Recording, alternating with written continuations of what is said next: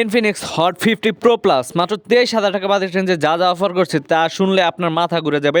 এই বাজেট রেঞ্জে সকল ফোনকে বিট করতে পারবে আই হোপ। তো ভিডিওটি না টেনে সম্পূর্ণ ভিডিও দেখতে থাকুন। আই হোপ আপনার এই ফোন সম্পর্কে একটি মোটামুটি ধারণা হয়ে যাবে এবং আপনি যদি কোনো ফোন কিনতে চান 23,000 টাকা বাজেট রেঞ্জে এবং মনে হয় এই ফোনটি আপনার চয়েস লিস্টের টপে থাকবে।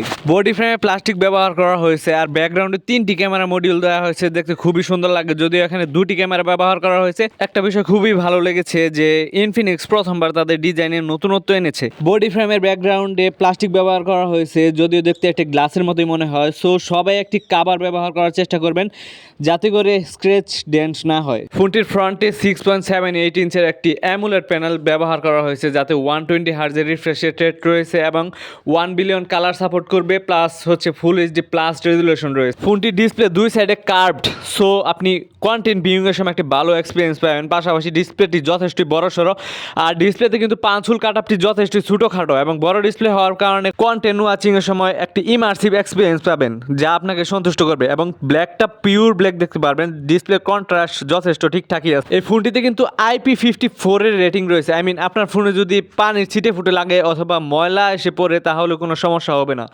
ময়লা অথবা পানি ফোনের ভিতরে ঢুকবে না, এই বিষয়ে আপনি নিশ্চিত থাকতে পারেন। ফোনটিতে কিন্তু 5000 mAh এর একটি ব্যাটারি দেওয়া হয়েছে এবং 33 ওয়াটের একটি চার্জার দেওয়া হয়েছে।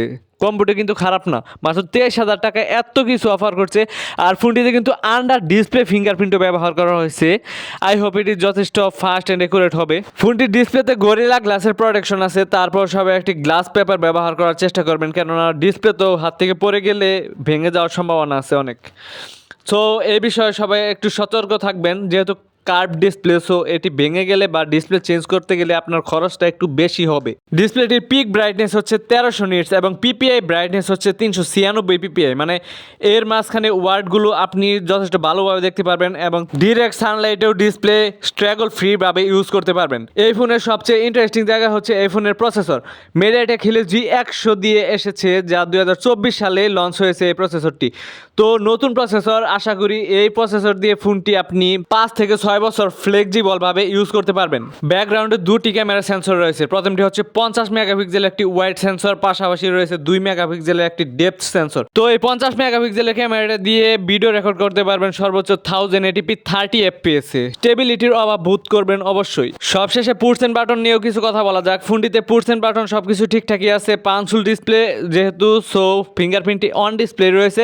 পাশাপাশি ফোনটিতে স্টেরিও স্পিকার ব্যবহার করা রয়েছে, 2টি স্পিকার রয়েছে। আর এতটা স্লিম ফোনে তারা একটি হেডফোন জ্যাকেট পুট দিয়েছে, এই জন্য তাদেরকে একটা থামস আপ দিতে হয়। সো ইনফিনিক্স আশা করি নেক্সট টাইম আরও ভালো কিছু কাজ নিয়ে আসবে, এরকমই আমাদেরকে অবাক করে দিবে। ফোনটি 2টি ভেরিয়েন্টে আসছে, 8/128GB এবং 8/256GB ভেরিয়েন্ট। সো আজকের ভিডিও এই পর্যন্ত। এই ভিডিও কেমন লাগলো অবশ্যই কমেন্ট বক্সে জানিয়ে দিতে ভুলবেন না। যদি ভালো লাগে লাইক, শেয়ার এবং সাবস্ক্রাইব করবেন।